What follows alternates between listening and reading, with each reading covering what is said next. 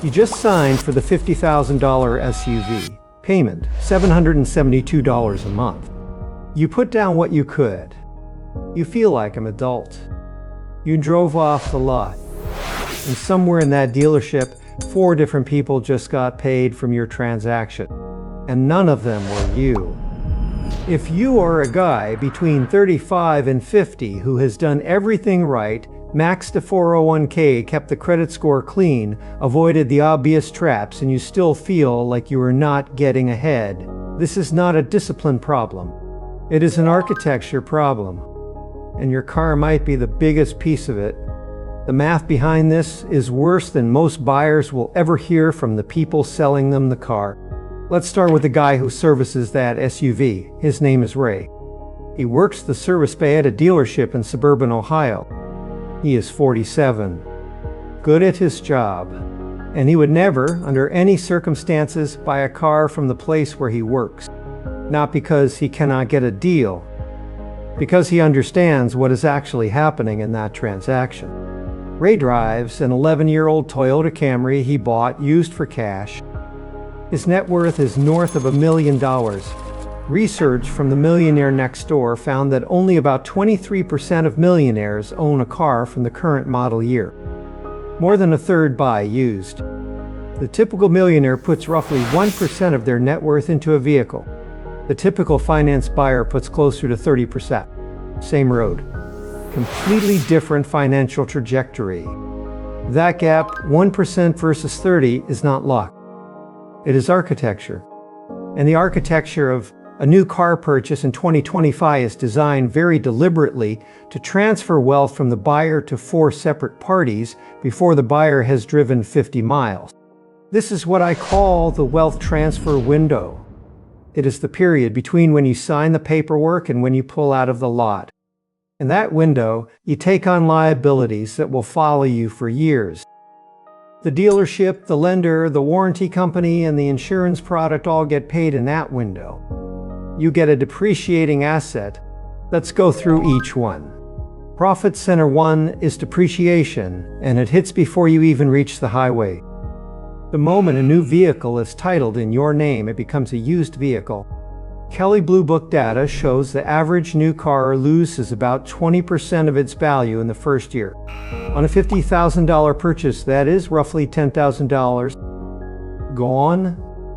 Not to maintenance. Not to repairs. Just gone because the vehicle changed legal status. By year 5, the average new car has lost around 55 to 60% of its original value. You put $30,000 down in equity over time. The asset is worth $20,000. The bank gets paid.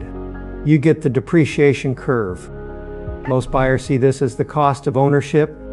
That is exactly how the system wants you to see it. But depreciation is not a fixed expense like a utility bill. It is an optional transfer. Ray's 11-year-old Camry. The depreciation curve flattened years ago. The steepest loss has already happened on someone else's watch. Imagine a bar representing your $50,000 asset. Now watch it shrink. Year 1, the bar drops to $40,000. Year 2, $34,000. Year 3, $29,000. Meanwhile, your loan balance is barely moving. At 6.7% APR on a 72-month loan, you spend the first 18 months paying mostly interest. The bar on the left, your asset value, is falling faster than the bar on the right, your loan balance. That gap is negative equity, and it is the mechanism that locks you into the next purchase. Profit Center 2 is the financing itself. The dealership does not just sell you a car, it also sells your loan. Here's how that works. The lender, a bank or a captive finance company, offers the dealer a buy rate. Let's say 5.2%. The dealer is allowed to mark that rate up, typically by 1 to 2 percentage points, and present you a rate of 6.7%. You see a monthly payment. You do not see the spread. That spread, the difference between what the lender charges the dealer and what the dealer charges you, flows straight into the finance office. Egg Partners tracks dealership profitability for publicly traded dealer groups. In the third quarter of 2025, the average finance and insurance gross profit per vehicle retailed was $2,534. That is money extracted from your transaction through financing, warranties, and add-on products combined. The financing markup alone on a $43,000 average loan at a 1.5-point spread generates somewhere between $1,200 and $1,800 in present value for the dealer. You negotiated the sticker price. You did not negotiate the rate. The natural objection here is, I got pre-approved. I brought my own financing. That is the right instinct, and it matters. But here is the wrinkle. Dealerships sometimes counter a buyer's outside rate with a slightly better offer because even a thin margin on financing is worth capturing. The house always wants a piece of the loan. Profit Center 3 is the extended warranty and the protection products. You are sitting in the finance office. The car is already yours. The finance manager is friendly. He has a menu. On that menu, an extended service contract, gap insurance, tire and wheel protection, paint sealant, key replacement. Each one is presented as a monthly cost. $12 more a month, $20 more a month. On a $772 base payment, $12 sounds trivial. But on a 72-month loan, $12 a month is $864. $20 a month is $1,440. Stack 3 products, and you have added $2,500 to $4,000 to the total cost of the transaction at margins that can exceed 50% for the dealer. Gap insurance is worth examining specifically. It covers the difference between what you owe and what the car is worth if the vehicle is totaled. Given the depreciation curve we just walked through, it is a real risk product. But the dealer's markup on gap can be substantial. Your auto insurer or credit union will often sell you identical coverage for a fraction of the price. The finance office is not the right place to shop for insurance. It is the worst place. But it is where most people buy it because the purchase is already emotional. The paperwork is exhausting and the monthly increment feels invisible. Profit Center 4 is the one nobody talks about on the way in. It only becomes visible on the way out. It is a negative equity spiral. In the fourth quarter of 2025, Edmunds reported that 29% of trade-ins were underwater, meaning the owner owed more on the vehicle than it was worth. The average amount owed on those underwater trade-ins hit an all-time record of $7,214. A record 27% of those underwater owners owed $10,000 or more. These are not people who were reckless. Many of them bought at full price during the chip shortage, took a long loan to manage the payment, and watched the asset depreciate faster than the loan amortized. Now they want to trade in. The negative equity gets rolled into the new loan. The new loan starts deeper in the hole. The payment on the new vehicle for buyers rolling negative equity averaged $916 a month in the fourth quarter of 2025. That is $144 more per month than the average buyer. Paid entirely to cover a debt on a car they no longer own. This is the cycle? It is not a moral failure. It is arithmetic running exactly as designed. I want you to see what this actually costs over time because the monthly number is where the sales pitch lives. Let's take the average transaction, $43,759, financed, 6.7% APR. On a 48-month loan, your payment is around $1,038 a month. Total interest paid roughly $6,300. The loan is done in 4 years and the car still has real value.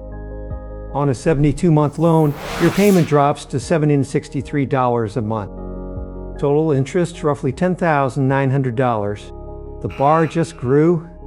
You pay $4,600 more in interest for the privilege of a lower monthly number.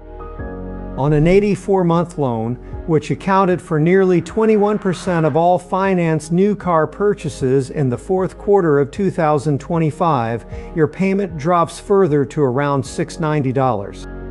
Total interest, roughly $16,000. The bar just grew again. You paid almost $10,000 more in interest than the 48-month buyer. You paid for a used car in interest charges alone, and you spent 7 years making payments on a vehicle that lost most of its value in the first 3. Extend that loan from 48 to 84 months. Save $348 a month on the payment. Pay $10,000 more in total. That is not a financing decision. That is a wealth transfer dressed as a monthly budget win. There is a version of this conversation where someone says, "I need a reliable vehicle for work. I cannot afford to drive a beater." That is fair. This is not an argument against owning a good car. It is an argument against the financing structure that turns a transportation decision into a multi-year obligation that compounds against you. A 3-year-old version of the same vehicle has already absorbed the steepest depreciation. Its value is more stable.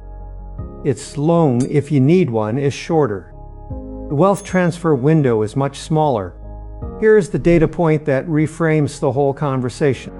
Households earning $150,000 or more now buy 43% of all new vehicles sold in the United States, according to Cox Automotive. That is up from 30% in 2019. Households earning under $75,000 have dropped from 37% of the market to 26%. The new car market is not a broad consumer market anymore. It's being held up almost entirely by high-income buyers. Cox Automotive's own analyst put it plainly: the buyers who would have purchased the vehicles under $40,000 cannot afford new vehicles anymore. They have left the market. Everyone drives a new car was always more mythology than reality. Now the data makes it visible. You're not behind for driving something older. The people who look like they are winning are increasingly the ones financing the most. That is not winning. That is a well-maintained delusion. Ray from the service bay knows this. He sees the repair orders. He sees which cars come back at 80,000 miles with nothing more than routine maintenance. And he sees which ones arrive at 45,000 miles, still being financed with 4 figures of deferred work that the owner can barely afford because the $900 payment leaves no margin. So what is the protocol? 3 steps. Executable this week. Step 1, run the real number on your current vehicle. Go to Kelley Blue Book, get a private party value estimate, and compare it to your payoff amount. If you are underwater, do not trade in right now. Rolling negative equity into a new loan is the most expensive decision in consumer finance. Stay in the vehicle. Pay it down. The depreciation curve has already done most of its damage. The next 3 years of ownership are relatively cheap. Step 2, if you were buying, separate the 4 transactions. The vehicle price is one negotiation. The trade-in value is another. The financing rate is a third. Get pre-approved through your credit union or bank before you walk in, and treat the dealer's rate offer as a counterbid, not a starting point. The finance and assurance products are a 4th negotiation, and most of them can be declined or purchased cheaper elsewhere. Gap insurance through your insurer. Extended warranty through a third-party provider after purchase. When you have time to compare, the finance office is designed to bundle all 4 decisions into one emotional moment. Unbundle them. Step 3, run the loan term calculation before you run the monthly payment calculation. The monthly payment is how the system gets you to agree to something you have not fully priced. Total interest paid is the real number. On your next vehicle, whatever it costs, run the 48-month and 60-month scenarios before you run the 72 and 84. If the shorter-term payment is too high, you are buying too much car. Here is the reframe. The $772 a month is not a car payment. It is an obligation. At $772 a month over 72 months, you are committing $55,584 to a single depreciating asset. Now price it differently. $772 a month, invested at a 7% historical return over 6 years, compounds to roughly $68,000. That is not a fantasy. That is the opportunity cost of the financing structure. Ray's not driving a Toyota because he cannot afford a new truck. He is driving a Toyota because he priced out what the truck actually costs, not the payment, but the total, and decided that the gap between what it signals and what it costs is not a trade he is willing to make. The truck signals success. The Toyota funds it. If you're a guy between 35 and 50 who is serious about building something that actually shows up on a balance sheet and not just in a driveway, subscribe to the Paycheck Lab. We publish one of these every week. No hype, no product pitches, just the math they hope you do not run. I want to know where you are on this. Drop the term length on your current car loan in the comments. 48 months, 60, 72, 84. No judgment either way. I want to see what the actual distribution looks like among people who watch this channel, because I suspect it tells a very different story than the national average. I read everyone. I am Caspian.